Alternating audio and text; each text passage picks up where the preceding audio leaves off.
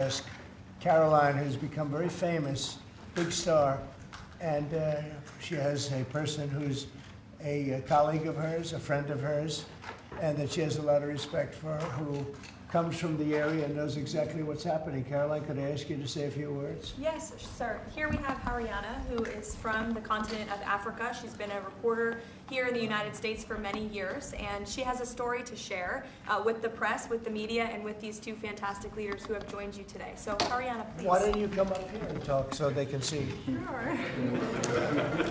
That'd be great. Thank you very much. Thank you, Mr. It's a great honor. Thank you, Mr. President.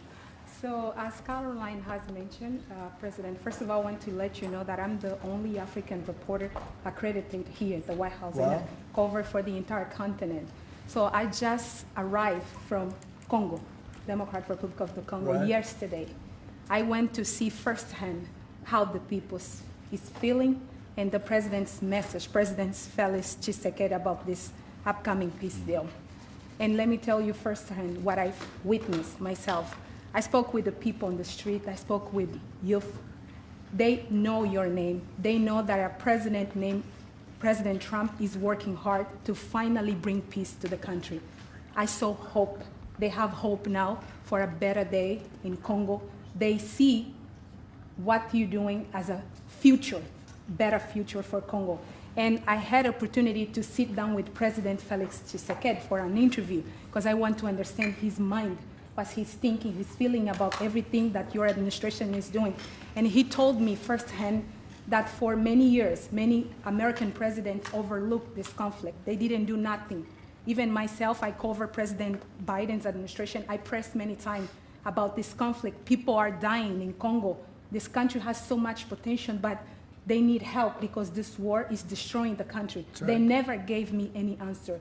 And he told me, President Tshisekedi, that you have no idea, he's very thankful for what you're doing, for what your administration is doing. Not only him, the entire Congolese people, they see that finally they will have hope. And President Tshisekedi also mentioned at the end of my interview that when peace finally comes to the Democratic Republic of the Congo, he's thinking to nominate you as a Nobel Prize Peace because he said you deserve, you have been working to bring peace in the world, not only at the Congo, and he's very hopeful to meet you in the future. That's so nice, boy, and that's so beautifully stated. And Caroline said, number one, she did say, and I shouldn't say this because it's politically incorrect, she said, she's beautiful, and you are beautiful. Okay? I'm not allowed to say that, you know, that could be the end of my political career, but I said it anyway. But you are beautiful, and you're beautiful inside. So I wish I had more reporters like you. So you covered Africa for a long time? Yes, for over 10 years. Wow. I cover even your first administration. Yes, I know that. That's great. Well, thank you. That's so nice that you said that. Appreciate it. And I have one more question, Yes. Mr. President. Since we know in July or in the future, both President of Rwanda and the Congo will be coming to the United States. In Africa, President João Lourenço, the president of Angola, he is also the leader of African Union. Good. He worked very hard to bring peace, but unfortunately... Let's get him here. Yes, that's okay? right. Would you invite him for me?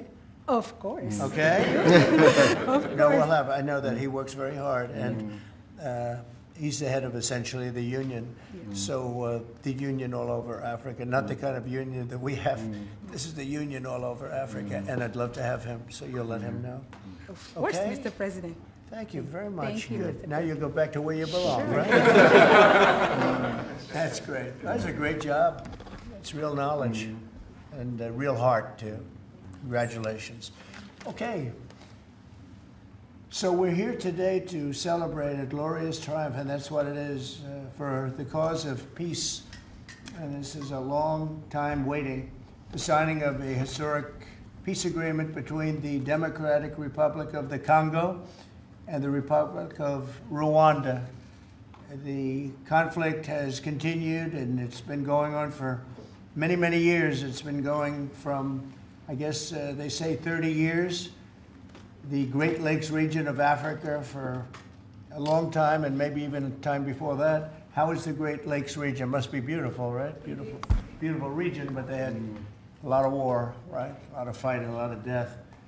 It's displaced countless people and claimed the lives of thousands and thousands. But today, the violence and destruction comes to an end.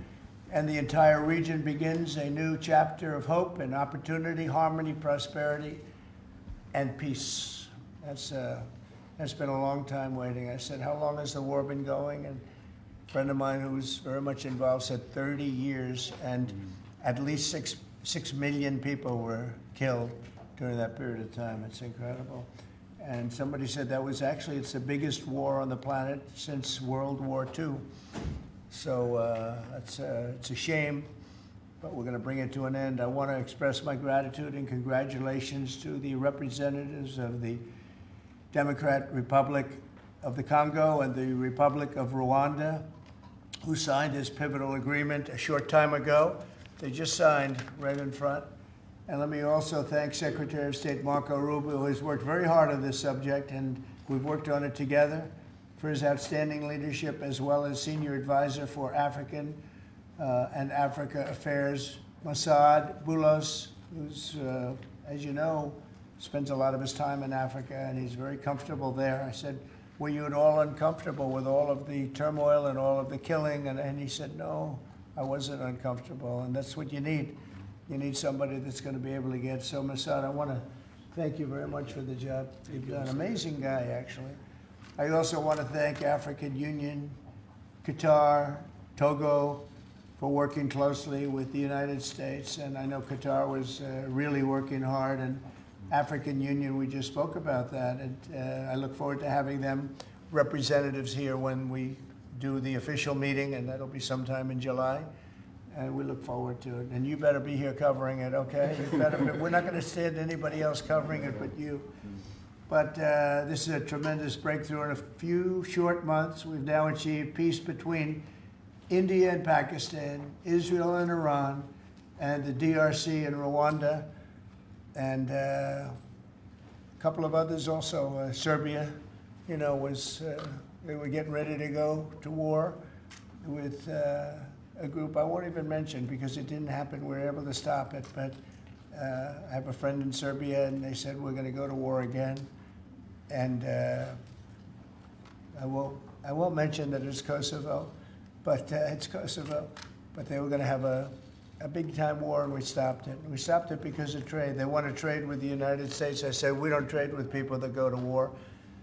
And we said that also with, if you take a look at Pakistan and India, it was great. They have two great leaders, and they were able to stop. They were in the midst of a big fight, I guess everybody saw, and it was going to get very bad. And they are nuclear nations, very powerful nuclear nations. In the months and years ahead, my administration will continue to work closely with all of the parties in this deal and ensure the agreements are fully taken care of, and you're going to do what's in the agreement. We'll say you better do what's in that agreement, right? Because if somebody fails to do that, bad things happen. But I have a feeling that after 30 years, I think after 30 years, you're all set. We are. I think both of you have said that's enough, right? That's enough. Yes. That's enough. You've seen it all. So this is a wonderful day. It's a great day. We've had some tremendous success. It's been a great week between just coming back from a very successful trip. NATO's really pulled together. They have. They're going to spend over $1 trillion a year. Nobody expected a thing like that to happen. And we had the war, as you know. There was we call it the 12-day war. It was exactly a 12-day war, and we ended up with no nuclear weapons. That's what we wanted. And they were just absolutely blown to pieces, those 3 sites. And there's no nuclear weapons, and hopefully there can be a lot of healing, and the healing is starting. And it's been a really pretty amazing week, and this is one that I really look forward to. This was set up a few weeks ago, and it was something that I really look forward to. If we can do this, and we do that because we have a certain competence that's good, we're able to get people to be peaceful. I think we can do war better than anybody, but we don't want to. And we have the greatest military in the world. They showed that in Iran. Those pilots, they flew for 36 hours. And think of that, and they hit their target. The size of this desk, half the size of this desk, from about 52,000 feet in the dark of night with no moon, 0 moon. They wanted it that way. Can you believe it?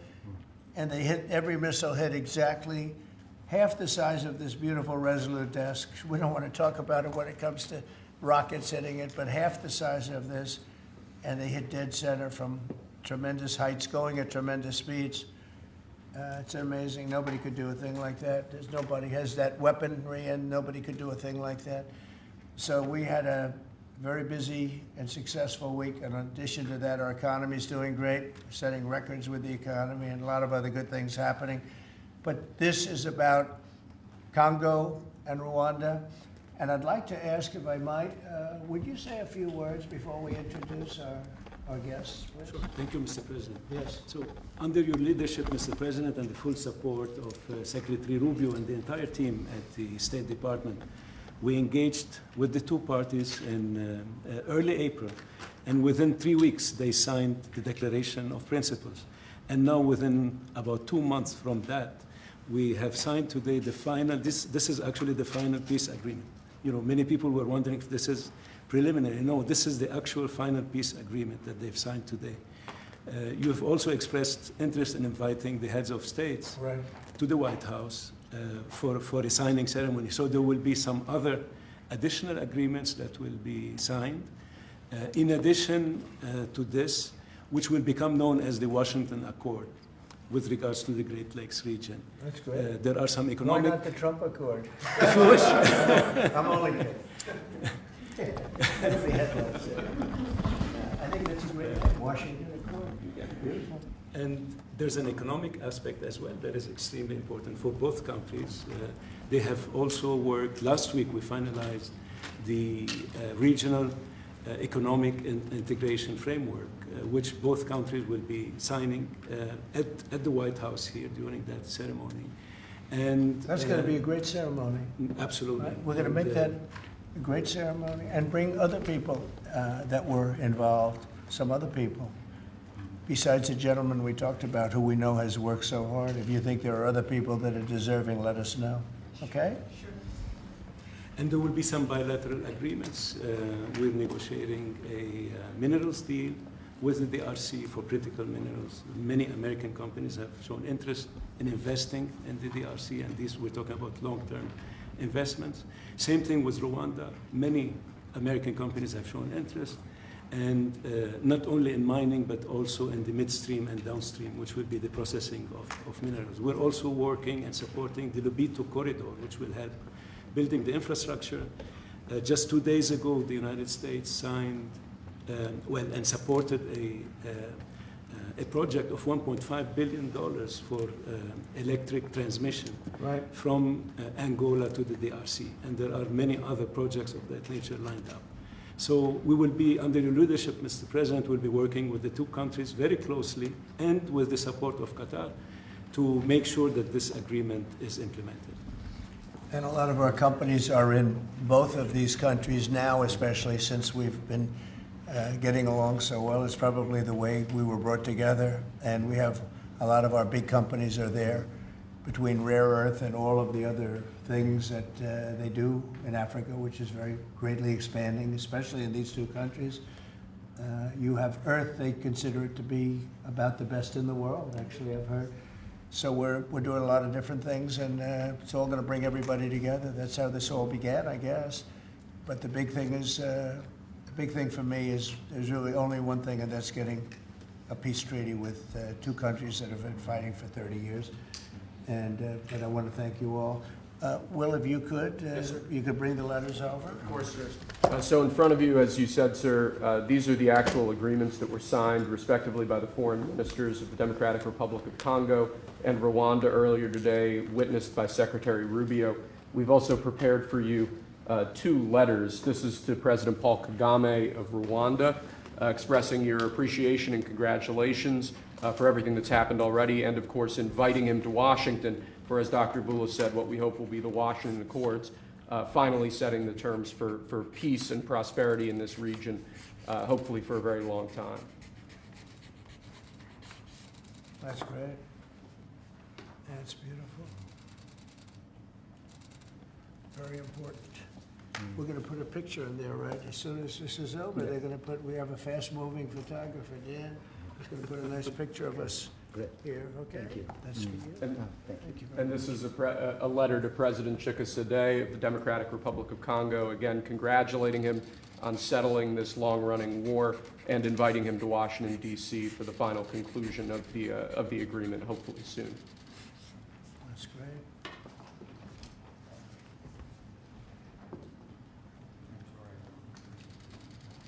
Nice, right? Take that pen. Take that pen. Thank you very much. Okay.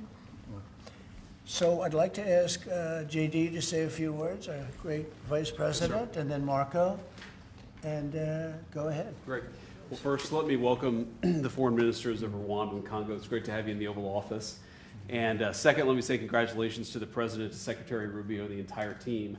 I think for the people of these two countries, they should know that the United States is committed to the pathway of peace. But to my fellow Americans, this is really a celebratory moment. This is a big moment for our country because under the President's leadership, we've taken what was 30 years of killing and war, the worst war in terms of death count since World War II, and now we're on a pathway to peace. And so if I think about what I know about these two countries, for 30 years, pretty much the entire time that I can remember these two countries being in the news, much of the story has been about them fighting one another, about them killing one another. And now we can look forward to a future where my children will look at this moment as the beginning of a new story, a story of prosperity and of peace. So thanks to the President, congratulations to the entire team, and to my fellow Americans. We should all be really proud because it's amazing what active presidential leadership can accomplish when it's geared towards peace and prosperity, and that's what we have in the Oval Office right now. So great job, sir. Thank you very much, JD and Marco, and then we're going to ask the two principals to speak. Yes, sir. Mr. President, first of all, thank you. When I first came on this job a few months ago, you made it very clear that one of the priority of this administration under your leadership was going to be the pursuit of peace. And from day one, whether it's been in Ukraine and Russia, whether it's been Pakistan, India, whether it's been Iran and Israel, and in the continent of Africa, your priority's been on peace. And today we see this come to fruition. It's sad. Wars get a lot more attention than peace. But peace is harder than war, a lot harder. And I want to congratulate both of the leaders here and their respective presidents for choosing the harder path, which is often peace, than the easier path, which sometimes is war, as costly and as bloody as it may be. And I echo the Vice President's statements, and that is that Americans should be very proud that the #1 voice for peace in the world today is our president, your president. And so thank you, President Trump. And I want to, again, recognize Dr. Boulos and the work he's put into this from day one. He's really put a lot of time and effort, and as our friends from the respective countries can share with us. And last point, I do want to thank, you've done this already, but the African Union, Togo, and Qatar, who have been extraordinary partners and whose help we're going to need to continue to receive in order to bring all this to fruition. So congratulations to both of you, and thank you, Mr. President. Thank you. Great job you've done. Do you want to start? Either way, would you like to start? Ladies first, maybe. Okay. Thank you so much. Thank you very much. Thank you so much, Mr. President, for having us here. I think I can summarize my contribution in 3 main points. First of all, thank you and congratulations indeed for this remarkable milestone, which is putting an end to 30 years of conflict and of suffering, and which is redefining the perspectives that millions of Congolese and of citizens of the greater Great Lakes region will have. The second point is stay committed, stay on board. We need the United States to make sure that this agreement holds and that you hold us accountable. And the third point is, if you stay on board, I think there are so many perspectives that we can transform our partnerships through, and that can usher in an era of prosperity, of growth, and of shared bilateral relationships that go well beyond the challenges that we've shared together, and that can at least, or finally, focus on the potential and of the wealth that we can share.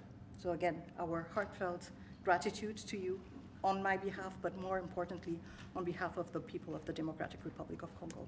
Thank you so much. Beautifully spoken, and I look forward to seeing your leader. They will, highly respected person, as you know. Indeed. Highly respected all over the world, but in Africa in particular. So sometime in July, we'll do something, big ceremony. We look Okay? forward to it. Thank you so very much. Please. Thank you very much, Mr. President. This is indeed a historical day because it's the signing of a peace agreement between Congo and Rwanda to end a conflict that has been going on for 30 years. And there has been many mediation, facilitation in the past. but none of them succeeded. And we believe that it's because of your leadership and your steadfast commitment to this process, with also a new approach of economic integration, regional economic integration, which is important to allow Rwanda and DRC working together, because this is a very rich region with cross-border trade, with the minerals, with natural wealth. So with the US standing side by side with Rwanda and DRC, we believe that we will achieve a long-time peace. And we also believe that, as my colleague from DRC stated, it's important for the United States to stay committed, because today we signed, but now we need to implement what we have signed in order to open this new era you were talking about of prosperity, so that we can reap the economic dividend of peace.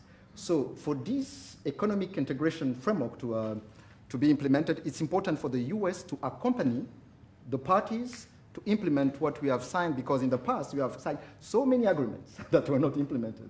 And we are really, we believe that with your leadership, with the involvement of the United States administration, we will reach that goal. So thank you very much, Mr. President.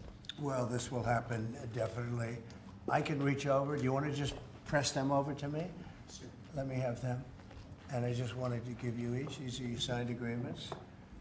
And we'll make sure that you follow through. We'll make sure you follow through. Yeah. We'll make sure that you follow through. Okay, that's for you. And we have one other thing that we're going to give, that we give to special people only. It's a coin. Thank you. And I hope you do that. I'm going to give you a second one for your leader. Oh, cool. Thank you very much. And likewise, we'll do that. These are serious coins. You don't want to lose them. You'll be very. I think that your reporter from Africa should get one. What do you think? Is she allowed? I saw. I think yes. Are the reporters okay with it? Brian, yes? Darling, that's for you. Okay? You did a fantastic job. Thank you. And I heard you do a great job in covering everything. Thank you. And Mr. President, we actually have the pictures that you took earlier Oh, of let the me foreign see ministers that. here already. Thank you so much, Mr. President. Thank you. Let me see that. They're in this folder right here, sir. Okay, this one? Yes, sir. Oh, they look better than me. I don't like it. I don't like it. That's beautiful. That's very good. We have a good photographer. Beautiful. That's great. You better, I'll tell you better do the job here. We're going to come down hard. It's beautiful. Thank you very much. So we'll put them in. That's for you. I can do that. Okay. That's for you. This is for the Congo. And what is it? For the Congo. Yes. The visa. Okay. Let's see, do we have two of them? I think so. He wouldn't give us one. He would have made a big mistake. Isn't that nice? That's for you. That's for you. Thank you, Mr. President. Thank you very much. And you're all set, and this is for you. You're going to get this. Good. Might as well hold it. Thank you so Thank you much. very much. Good luck. Thank you. Do you have any questions? Yes, sir. On the subject, sir.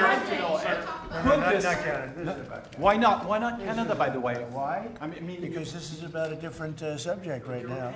This is right now actually a much more important subject. We just ended a war that was going on for 30 years where 6 million people died, so don't ask me a trade question on Canada. Mr. President, Kara Castronova from Lindell TV. Now that your administration, and congratulations, has secured peace in Africa to a bloody, horrific war that's gone on for decades and no other president could do it, do you think the mainstream media will finally... I'm telling you. No other, but you're right, no other president could do it. They tried and they didn't even try, I don't think.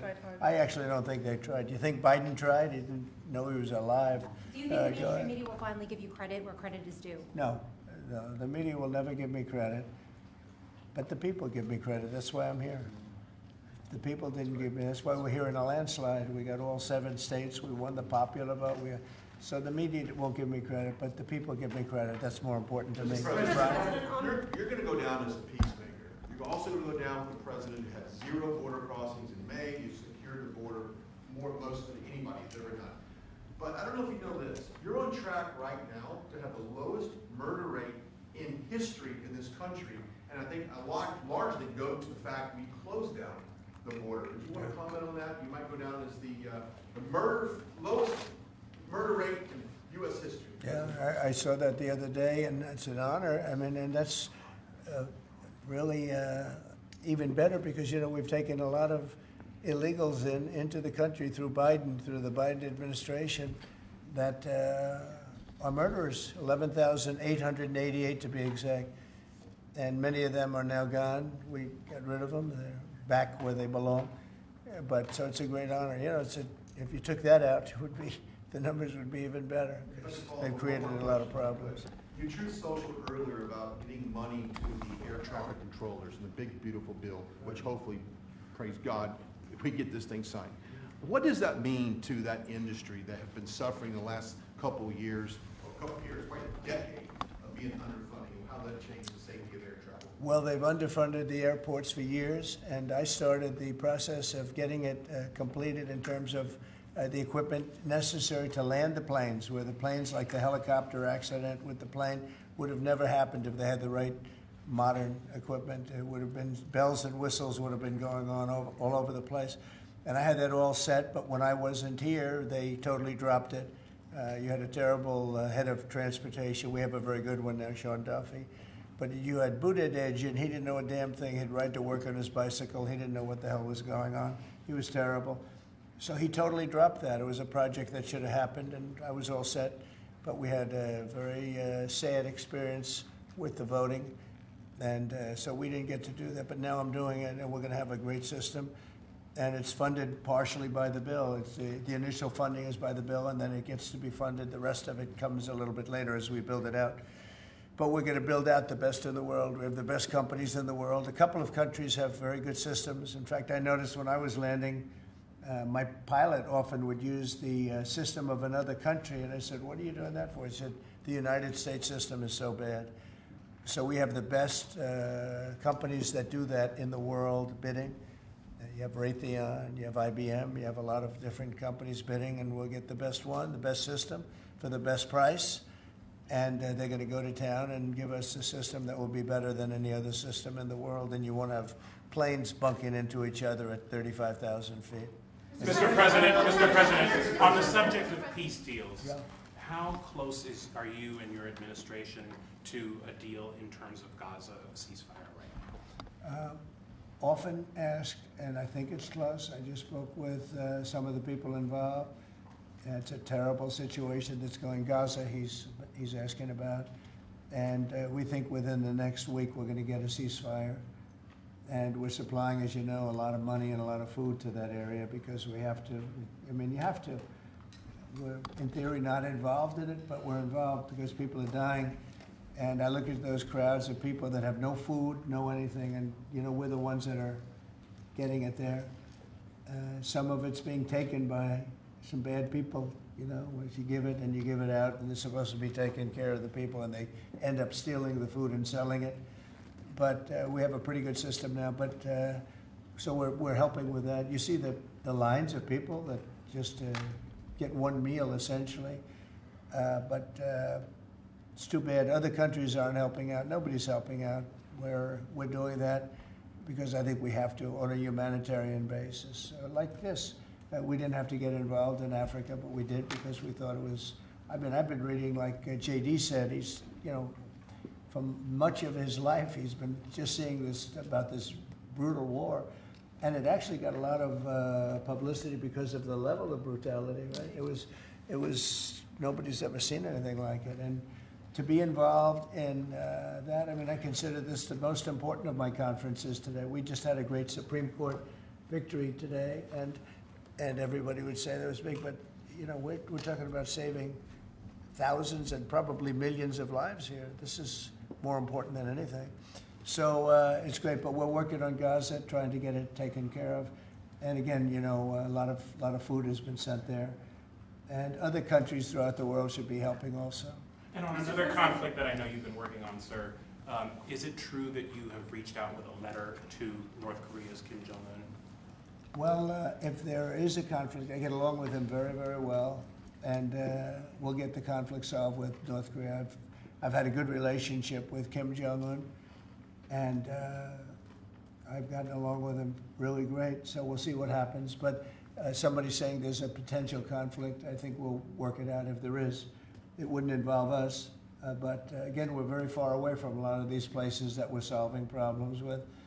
But I enjoy doing it, I like doing it, and it's the right thing to do, and we have an ability to get it done, so we're solving things that we didn't have a lot to do. Serbia, Kosovo, I told you, we solved a potential disaster.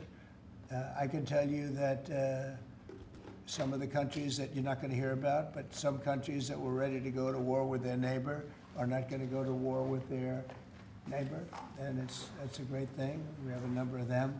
But I'm very happy about India and Pakistan because they actually have nuclear weapons. You know, when you talk about Iran, they were trying to get it, but India has nuclear weapons, Pakistan has nuclear weapons, high-level nuclear weapons both, and getting that solved was really great. We did it through trade, so it was a great thing. Mr. President, when it comes to nuclear weapons, Mr. President, are you concerned that the Iranians may have some enriched uranium at Pickaxe Mountain? The last thing they're thinking about right now is enriched uranium. They're not thinking about what they want to do is they want to get back to life, and they do want to meet me, and we'll do that quickly. We're going to do it quickly. We'll have a meeting. They said this morning that they don't want to meet with the U.S. Were they telling you something different in private? They may say that to you. Don't you think they want to meet me? Don't you think we have sanctions on there that they can't do anything? Wouldn't you think that they want to meet me? I mean, they're not stupid people, but they went through a lot, and they suffered, and so did Israel. Israel suffered greatly. It was a nasty 12 days, and yeah, we'll see what happens. Are you considering sending Patriot missiles to Ukraine? Have you made up your mind about that yet? I may.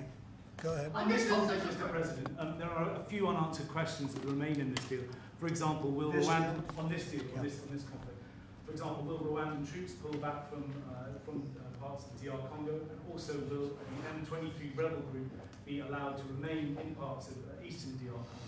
Do you have any answer to those Well, let questions? me ask you that question. You want to answer that one? It sounds like an interesting question for you. Go ahead, please. Thank you very much. In the agreement we signed, we have taken the concept of operation for the neutralization of the FDLR, which is a vicious genocidal movement, and the lifting of Rwandan defensive measures. So this was already signed last year in November, so we will implement it. This concept of operation to do both things, to neutralize this movement, which has been destabilizing Rwanda for many years, and to lift our defensive measures. As for the M23, in the agreement also, we have decided to rely on the Doha talks because there are currently talks between the AFC M23 and the DRC government to have a peace deal also that will complement the Washington peace agreement. So both things are taken care of. Thank you. Mr. President, will the United States be enforcing this agreement? Or Well, we're going to be working with them to get it enforced. They can enforce their own agreement, but we'll be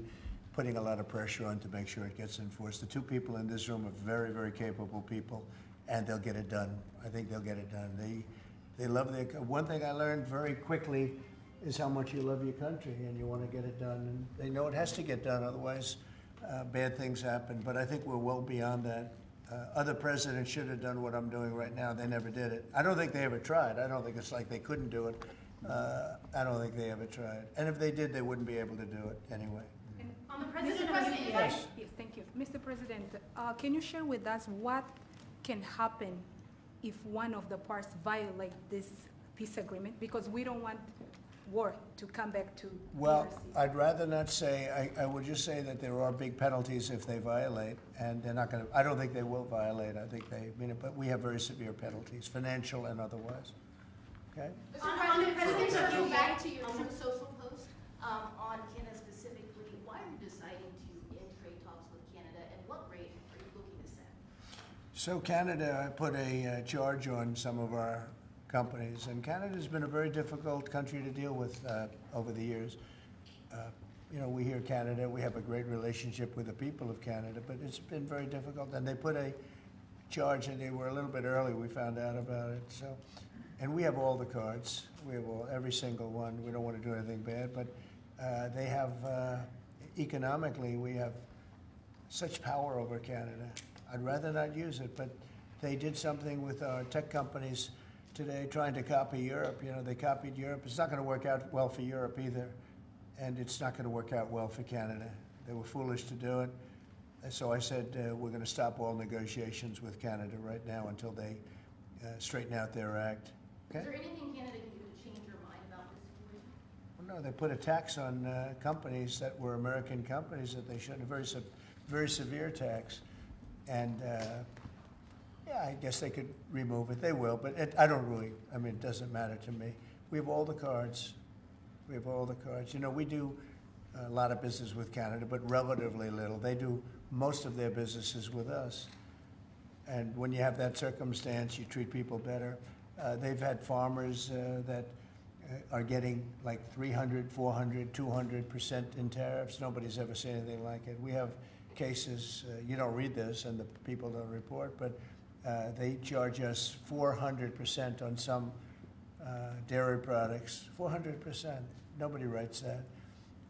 It's not fair to our farmers, and we've got to protect our farmers. Sir, you just, sir. Yeah, Brian, go ahead. Mr. Trump, you mentioned how much of a rate cut we could do to the interest on the debt. Earlier today, Director Pulte was on CNBC talking about how he suggested Powell should resign. Any comments on whether or not Powell should step down? I know you've been. Well, I don't have a comment. I'd love him to resign if he wanted to. He's done a lousy job. Look, if you were there, you'd say, well, you know, the United States is doing well. They have no inflation. And if they do get inflation in a year or two, we'll start raising the rates. We'll get rid of the inflation, you know, and do other things. Biden had the worst inflation in the history of our country. 19%, but I think it was much higher than that. Frankly, they say 19%. I say, I think it's a lot higher than that. And we have almost no inflation now. We've done a great job in a short period of time.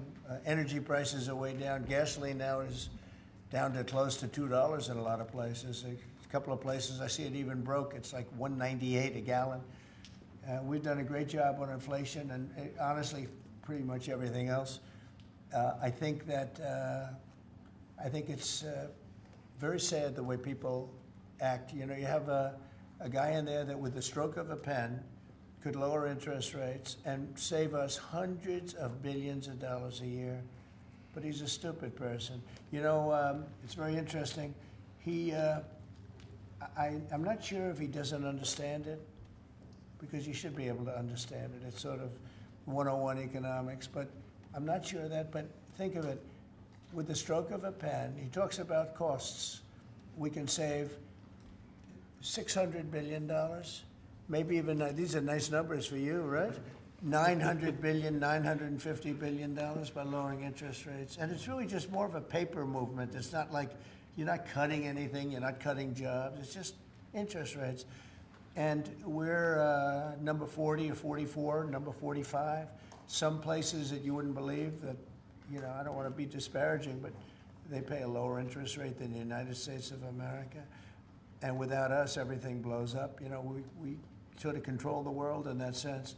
But we have a guy that's just a stubborn mule and a stupid person that is making a big mistake. He's making a mistake. And it lasts for years, because when you do the debt, now, I've instructed my people not to do any debt beyond 9 months or so. Get this guy out.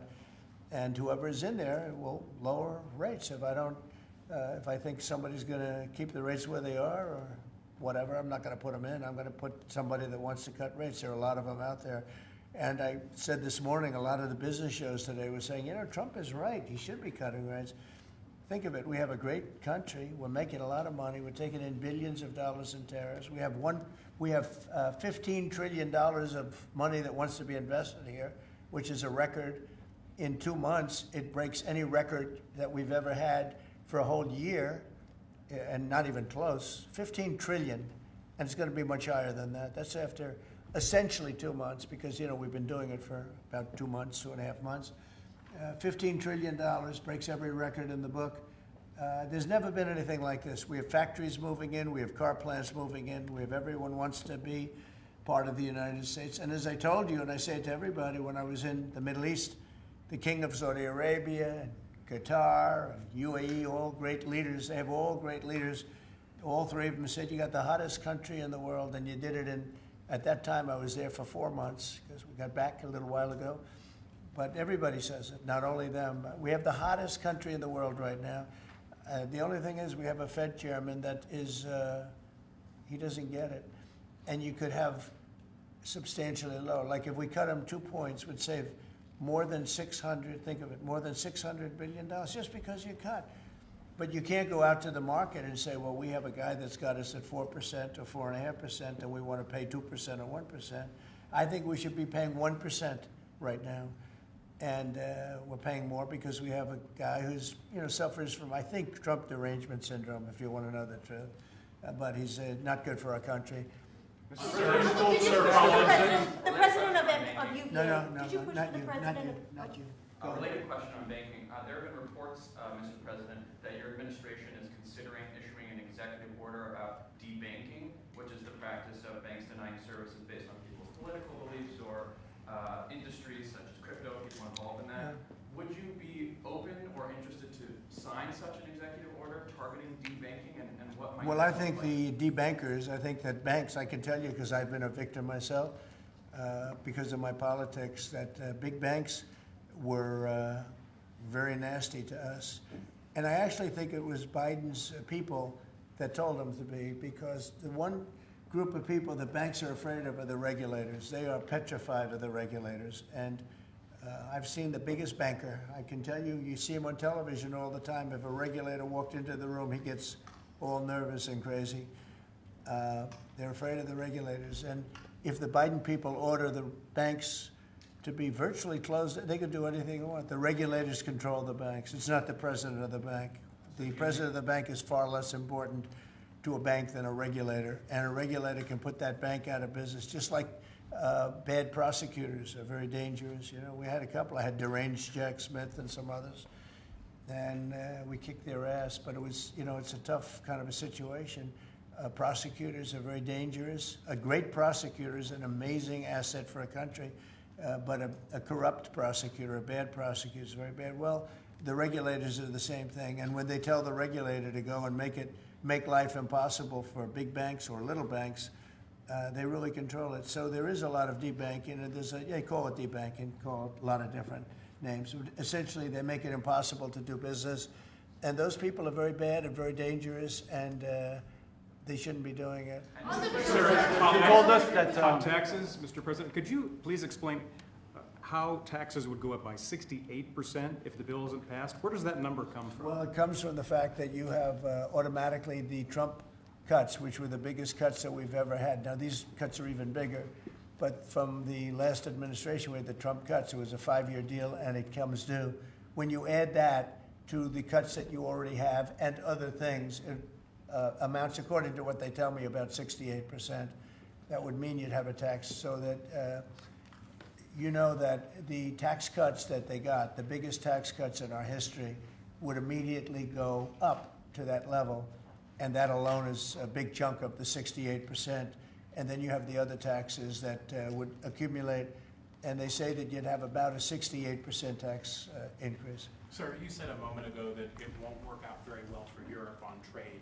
Does that mean you want to cut off those negotiations as well and just tell them what? No, well, they've been very tough. The European Union was formed in order to take advantage of the United States on trade. That was why they were formed, and they're nasty. They're very nasty. We have a good relationship. I'm dealing with Ursula right now and the group, but it's a very tough situation. They have been unbelievably bad to us. If you look at past precedents, they've treated them very badly. They're being very nice to me because I get it. I know the system, and we have the cards. We have the cards far more than they do, and they have not treated us well, and they're coming to us right now. You know, I said I was going to put on a 50% tariff. As soon as I said that, I put it out on Truth. As soon as I said that, they came to the table. They didn't want to come to the table. My people were telling me, Scott was telling me, and the whole group was telling me that not a good situation. They want to tap it down the line. They don't want to really deal. So I said, we're going to put a 50% tariff on you. And Howard, as you know, was very much involved, Lutnick, Commerce, and he said they don't want to talk. As soon as I put that on, I was getting calls from them like, can we meet tomorrow? And the problem is they have a lot of very unfair taxes. They have a lot of taxes that you wouldn't put on, and they sue all our companies. They're constantly suing Apple and Google and all of these companies, and they're getting, you know, in front of judges that essentially almost work for them. I guess they do work for them. They're European Union judges, and they're getting these crazy rewards. Apple was fined $17 billion, and others are being fined tremendous numbers of dollars. They're nasty people, and I don't want them affecting U.S. companies. I don't want that. If anybody's going to affect a U.S. company, I want it to be us. And if they're going to have to pay a penalty or a fine, let it be to us. So they've done this for a long time, for years, but they're very nasty. The European Union's very nasty, there's no question, but they'll learn not to be so nasty very soon. They know that. They know it's coming. Told us that Vladimir Putin reached out to you to help you with the Iran crisis. We made some nice statements today. Did you see the statements? Very nice. Vladimir Putin made some very nice statements today. Look, he respects our country again. He didn't respect it a year ago, I can tell you right now. But Putin respects our country. And President Xi of China respects our country. And Kim Jong-un they respect our country again. We were not a country that was respected just a year ago. We had a president that was incompetent. We had bad people circulating around this desk, this beautiful, resolute desk. They had, I guess, evil intentions. You couldn't be that stupid. I mean, they had evil intentions. But the world respects our country again. Thank you very much, everybody. Thank you, Press. Thank you, Press. I'll write the story. Thanks, guys. Congratulations. Thank you very much, Mr. President. Start going. Thanks, guys. Thanks, everybody. Right through here. Thank you. Stay, we're going to do a prayer. Thank you. Thank you. Thanks, guys. Thank you, Press.